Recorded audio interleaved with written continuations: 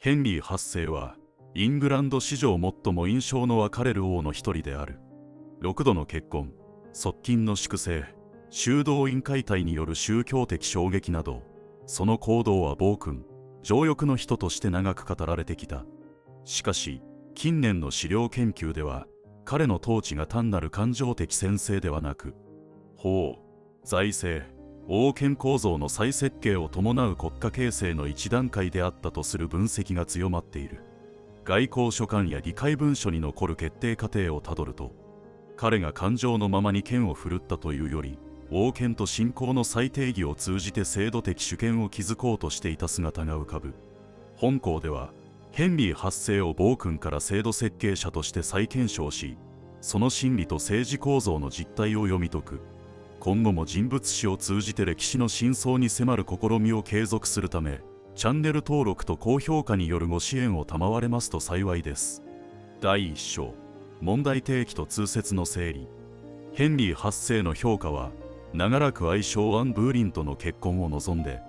ローマ教皇と対立した情欲の王という単線的物語に集約されてきた。この通説は、18から19世紀の英国史叙述において、宗教改革を個人的劇場の副産物とみなす構図を確立したが、20世紀後半以降、資料再検証の潮流が生まれた。とりわけ国家財政、法制度、議会運営の一次資料を読み直すと、彼の統治行動は一貫して王権の法的自立を追求していたことが明らかになってきた。16世紀初頭、イングランドは依然としてローマ教皇庁の司法的権限下にあり、離婚問題の裁定も教皇庁が掌握していた。ヘンリーが王妃キャサリン・オブ・アラゴンとの婚姻無効を求めた際、問題は単なる恋愛ではなく、ローマの封建が王国の内政に介入する構造そのものに及んでいた。実際、彼が1530年代に発した一連の法令、国王史上法、修道院解体令、政略法などは、宗教的改革を超えて、主権の法的再定義を伴う国家改革であったと見られている。通説では、これらの改革を進めた指導者はトマス・クロムウェルやトマス・クランマーとされ、ヘンリー本人は気まぐれな権力者として描かれてきた。しかし外交文書や議会記録では、ヘンリー自ら法文内容に細部まで意見を入れ、議会への説明方針を指示していた形跡が複数確認できる。彼が議会を通じて宗教改革を制度化したことは、同時代の絶対王政君主の中でも得意であり、議会を利用する専制という独自形式を創出した可能性が高い。また、宗教改革を通じて没収された修道院財産は、単なる私的蓄財ではなく、国家財政再編の原資として利用された。王室財政記録によれば、修道院解体後の資金の一部は軍備整備、港湾建設、貨幣鋳造など国家的インフラ事業に投入されている。これらはヘンリーが近代的国家財政のひな形を構想していたことを示唆する。つまり宗教改革は王の至上による破壊ではなく、王権、法、財政の統合的再設計であった可能性がある。一方、通説が暴君としてのイメージを強化した理由は、彼が政治的敵対者に対して極めて冷徹であった点にある。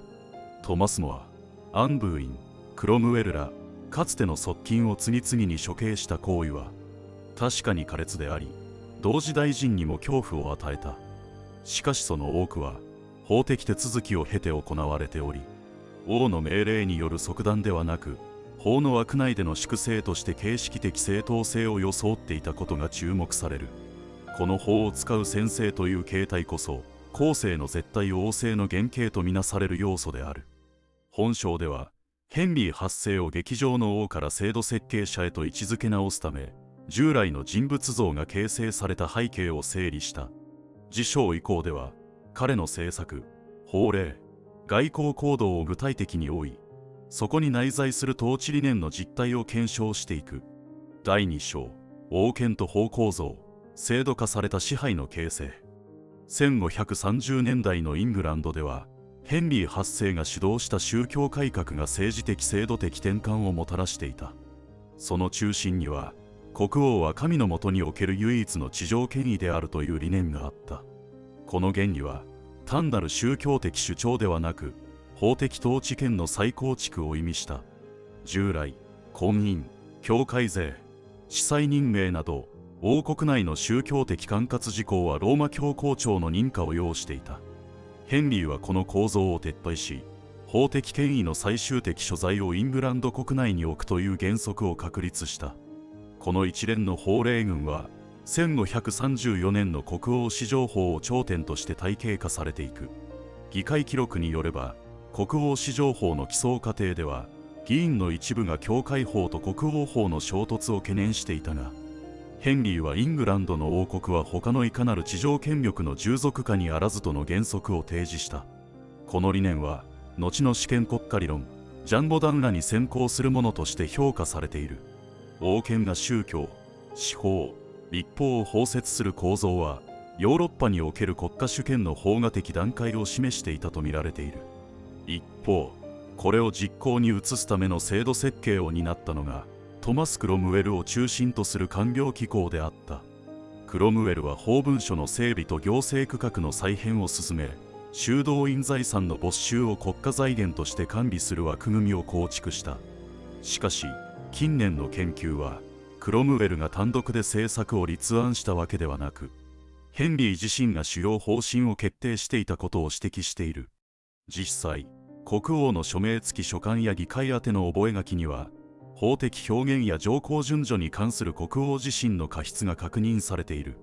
これによりヘンリーが理念を持たぬ区別的君主ではなく、行政構造そのものの指針を統制していた可能性が高いとされる。制度的側面で重要なのは法の下での王権拡張であった。ヘンリーは暴力的命令によらず議会制定法を通じて権限を確立しようとした。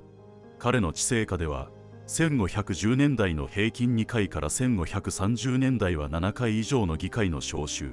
と著しく増加しており、これは絶対王政の文脈では異例の数字である。形式的には議会主義的専制という矛盾した構造であったが、法による支配の外観を保つことで反対派への法的拘束力を強化する効果を持った。さらに修道院解体に伴う経済再編も王権の制度的支配を強化する結果をもたらした。1536年から1540年にかけて約800の修道院が閉鎖され、その土地と資産は王室直轄財として再編された。これにより国王は従来の封建的租税体系を離れ、中央集権的財政基盤を得た。没収財産の一部は新たに創設された裁下院を通じて管理され、官僚組織化が進んだ。この改革は近代国家における行政財政の統合の先駆と評価されている。しかしこの法的正当化の一方で、ヘンリーは宗教的反対勢力に対しては極めて非妥協的であった。修道士、司祭、旧教徒の抵抗に対し、王に逆らうことは信仰に背くこととする法的定義を導入し、反逆罪の範囲を拡大した。これは思想信仰にまで刑罰を及ぼす制度化された弾圧であり、信仰の自由の抑圧と法の支配の拡張が同時に進行するという二重性を帯びていた。結果としてヘンリーの法体系は近代的法国家の法画でありながら、同時に全体的支配の原型ともなった。この時期のヘンリー8世は確かに苛烈な判断を下したが、それは恣意的というより法による王権を実現するための構造的決断だったと考えられる。制度を通じて権力を正当化し、宗教と法を一体化した支配構造、これが彼の統治心理の核であったとみられる。第3章、暴君の内側、権力行使と心理構造の転換点。1536年から1540年にかけての時期は、ヘンリー8世の統治において最も残酷で、かつ最も制度的整合性が高かった時期とされる。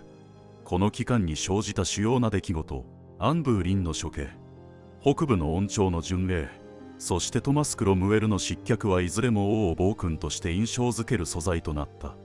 しかし、同時代の裁判記録、議会議事録、外交書簡を検討すると、これらは感情的な衝動の発露ではなく、王権秩序を守るための制度的対応として行われていた可能性が高い。アンブーリンの処刑に関しては、恋愛や嫉妬に起因する悲劇として語られがちだが、1536年当時の宮廷文書では、彼女が推進した新教政策の急進化と低進間の派閥対立が国家統一を脅かしていたことが指摘されている。王妃としての権威が宗教政策にまで及ぶ状況は、王による統制を不安定化させていた。大法官トマス・オーデリーが裁判記録に記した罪状は王位継承と国家秩序を撹乱する陰謀であり、史上よりも政治的安定の維持が根底にあったとみられる。ヘンリーが案を処刑したのは、王権と宗教改革の主導権を再び自らの手に取り戻すためであり、制度秩序の回復という目的に照らして判断された行為だった可能性が高い。その同年、イングランド北部では恩寵の巡礼と呼ばれる大規模反乱が勃発した。修道院の解体やカトリック儀礼の廃止に反発した民衆が掲げた要求は、宗教的信仰の回復というより、地域社会の経済基盤と伝統秩序の維持にあったとされる。ヘンリーは当初、赦免と和解の方針を示したが、反乱が再燃すると、指導者層を徹底的に粛清した。この冷徹な対応は後世に暴君的報復と受け取られたが、国王の通信記録では彼がこの事態を法の支配に対する挑戦と位置づけていたことが確認できる。王にとって、宗教的意義は信仰問題ではなく、法的服従を破壊する行為であった。彼の心理的基盤には、国家統一の法的秩序を崩壊させてはならないという強迫的信念があったと推測される。したがって、この苛烈な処罰もまた、制度の維持を最優先する支配者としての反応であったと考えられる。続く1540年、最側近クロムウェルが失脚する。彼は行政改革と宗教政策を支えた実務家であったが、プロテスタント連合との外交策として進めたアン・オブ・クレーブスとの政略結婚が失敗し、宮廷内外の保守派の批判を浴びた。ヘンリーはその責任を問う形でクロムウェルを反逆罪にかけた。この決断も感情的な裏切りへの報復ではなく、政治方針の誤りを制度的に処理する手段として行われた。王は議会を通じて正式な法的手続きを踏み、支援ではなく法の形式をもって排除を遂行した点が注目される。すなわち、彼にとって忠誠の破綻は個人の裏切りではなく、制度への不適合として裁かれるべき事案であった。このように、1530年代後半のヘンリー8世の行動は、一見すると恐怖政治でありながら、同時に法的正当性を強く意識した構造的支配であった。王が法を使って敵を裁くという様式は、中世的専制から近代的国家主権への過渡形態として理解される。彼は暴力を法に変換し、法を自らの意志の道具とした。この点において、彼の暴君性は無秩序ではなく、制度化された秩序維持の形として機能していた。また心理的側面では、ヘンリーが自己の正当性を過剰に意識していたことが、行動の背景にあったと考えられている。彼はもともと、父ヘンリー7世が教皇の特許により、母キャサリン・オブ・ヨークとの婚姻を許された経緯の上に生まれた王子であった。自らの存在そのものがローマの承認によって保障されたという矛盾した出自が、後に教皇権からの自立を志す心理的要因になったと見られている。彼にとってローマの否定は単なる宗教上の断絶ではなく、自己の出生を縛ってきた外的権威の否認であり、国家と自己を同一化する試みであった。その意味で、彼の専制は自己の正当性を証明するための構造的実践であったと解釈できる。さらに、ヘンリーは暴力的決定を下す前に、常に法的助言を求める習慣を持っていた。枢密院議事録には、処刑や政策転換に関して法学者や司祭の意見を聴取した形跡が多数残されている。彼が求めていたのは情緒的な承認ではなく、法的整合性の確保であった。暴力を行使する際にも、常に制度の枠内にとどまることを意識していた点が特徴的である。これにより、彼の支配は恐怖によってではなく、法的形式の力によって民衆と貴族を拘束するものとなった。こうした姿勢は、結果として彼を孤立させることになった。王権と信仰、法と感情の間で自らを完全に制度化したヘンリーは、最晩年には誰にも信頼を置けない状況に追い込まれる。だが同時に、その構造的支配は死後も持続し、後継者たちの政治文化を形成した。彼が築いた法に包まれた権力は、後のエリザベス一世による国家主権の礎となり、さらに近代イングランド国家の官僚制的基盤へと発展する。要するに1530年代後半のヘンリー8世を暴君としてだけ捉えるのは不十分である。彼は暴力を体系化し、支配を法に翻訳した。恐怖と理性、専制と秩序、劇場と構造、その全てを同時に内包していた。この二面性こそが彼の統治真理の核心であり、イングランド史における中世から近世への境界線を象徴している。第4章、制度の中の真理、支配の合理と孤立の構造。ヘンリー8世の統治真理を理解する上で重要なのは、彼が自己の意志を常に制度の形式に通そうとした点である。彼は劇場的な言動を見せながらも、その決定を法と真意の名のもとに配置することを欠かさなかった。自己の意志を制度の正当性によって裏付けることが王としての存在根拠であった。故に彼の内的動機は支配欲よりもむしろ秩序欲に近い。王権を絶対化するために、彼は法、宗教、経済を統合的に再編し、個人の信念を国家の枠組みへ転写した。その行為は個人的信仰の断絶から始まり、やがて国家的統治理念へと転化していく過程でもあった。当時の書簡や覚書に見られる彼の言葉は、驚くほど一貫して秩序、安定、真の統一といった語りを繰り返している。彼にとって国家とは、個人の意志によって動かす対象ではなく、神に代わって自らが管理すべき体系だった。したがって、反対者の粛清や政策の急変も、王の怒りや裏切りへの報復というより、秩序に背く者を排除する制度的反応として自己合理化されていたとみられる。法と暴力の境界を彼が意図的に曖昧にしたのは、権力の行使を倫理ではなく秩序の問題として捉えていたためであった。この心理構造は、宗教改革後の政策運営にも現れている。ヘンリーはカトリックを否定したが、プロテスタント信仰にも全面的に傾くことはなかった。彼が採用したのは国王至上の教会という中間的構造であり、信仰の多様化を認めず、教義の最終判断権を国家に置いた。これは信仰の問題をも政治の体系に組み込み、精神の領域をも制度支配下に置く発想であった。結果として、信仰の自由は抑圧されたが、宗教を国家秩序の一部として安定化させることに成功した。この点において彼は、近代的意味での政教分離とは逆の方向に進みながら、国家統一の基礎を築いたと言える。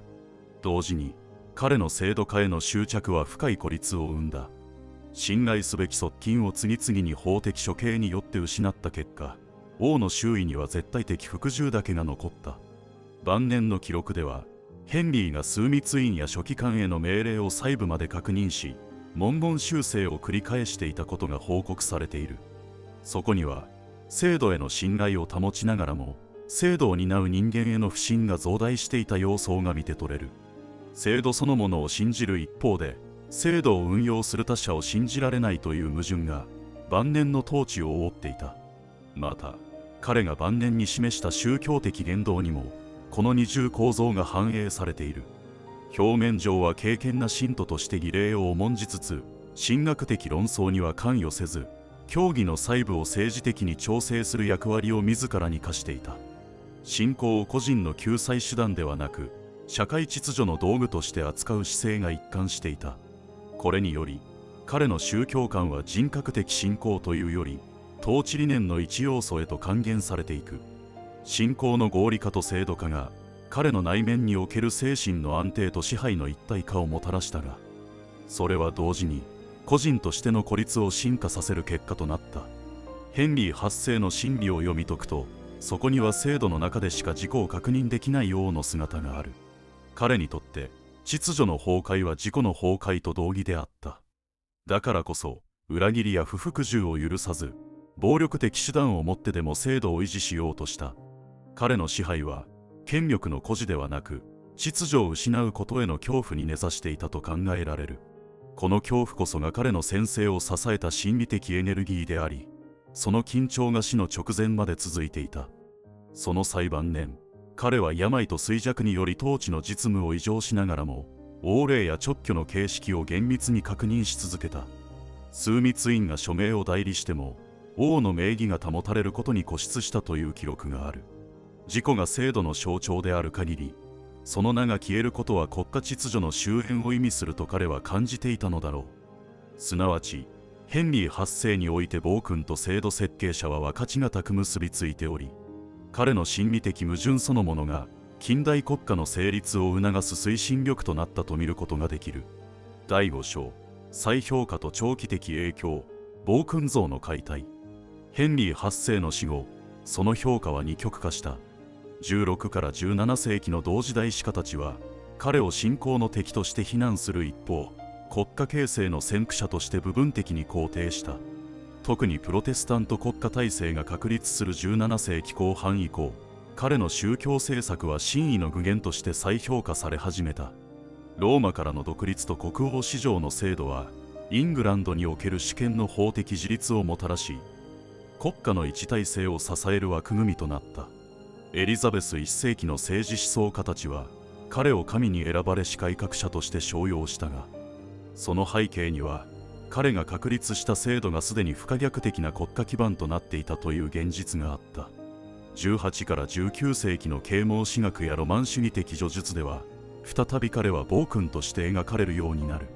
特に女性関係と残虐な粛清に焦点を当てた伝記が多く流布し、彼の政治的合理性は軽視された。ビクトリア朝時代の道徳的価値観の中で、ヘンリー8世は私欲に溺れた王として象徴化され、宗教改革も個人的情念の延長線上に置かれた。こうした通俗的イメージは、後の映像作品や文学にも影響を及ぼし、21世紀に至るまで愛欲と知の王という印象を固定化させている。しかし20世紀後半以降、文書資料、会計記録、法令集の再検討によって、彼の知性の制度的意図が明確化された。G.R. エルトンをはじめとする行政史研究は、ヘンリー期を官僚国家形成の初期段階と位置づけ、暴力的行為の背後に行政的合理性を見出した。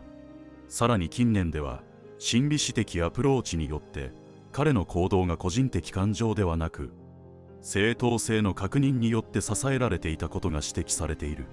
つまり、彼の権力行使は自己の欲望の表出ではなく、秩序を維持するための制度的自己防衛だったという視点が強まっている。この再評価の流れにより、ヘンリー8世は単なる中性的暴君から、近代主権国家の原型を構築した政治的思考者として位置づけ直されつつある。彼が制度に執着した理由、そして法の名を借りて暴力を行使した姿勢は、現代国家における法の支配と権力の正当化の原点を示す。暴力と制度、信仰と政治、市場と公共、それらを一体化させた統治思想は、結果として近代国家の構造的矛盾を先取りしていたと言える。故に、今日の歴史学におけるヘンリー8世像は、暴君と制度設計者という二項対立を超えたところにある。彼の行動はそのいずれでもなく、制度を通じて自らを絶対化しようとした自己合理化の王として理解されるべきであろう。その矛盾した合理主義こそが、後のイングランドを支える国家理念の基礎を形成したのである。今回の動画は以上となります。ヘンリー8世は、しばしば歴史的な暴君として記憶されてきた。しかし資料に基づいて再検証すると、彼の行動は一貫して秩序の維持と法的正当性の確立を目的としていたことが浮かび上がる。宗教改革も愛称への執着ではなく、王権を法と信仰の両面から自立させる制度設計の試みであった。彼は法の形式に自らの意志を組み込み、暴力すらも制度の一部として機能させた。その真理は、恐怖と自己正当化の交錯する構造であり、近代国家の原型を準備したものであったと評価できる。後世の評価は長く両極に揺れたが、今日の歴史分析においては、彼を専制の象徴としてのみではなく、制度を通じて権力を合理化した王として再定義する視点が定着しつつある。暴君的行為の内側には、秩序への執念と制度への信仰があった。その矛盾こそが、イングランド史を近代へ導いた駆動力であったと言える。最後までご視聴いただきありがとうございます。本シリーズの継続とさらなる歴史分析の進化のため、チャンネル登録および高評価をいただければ光栄です。それではまた次の話でお会いしましょう。ご視聴ありがとうございました。よろしければチャンネル登録、高評価お願いいたします。ご視聴ありがとうございました。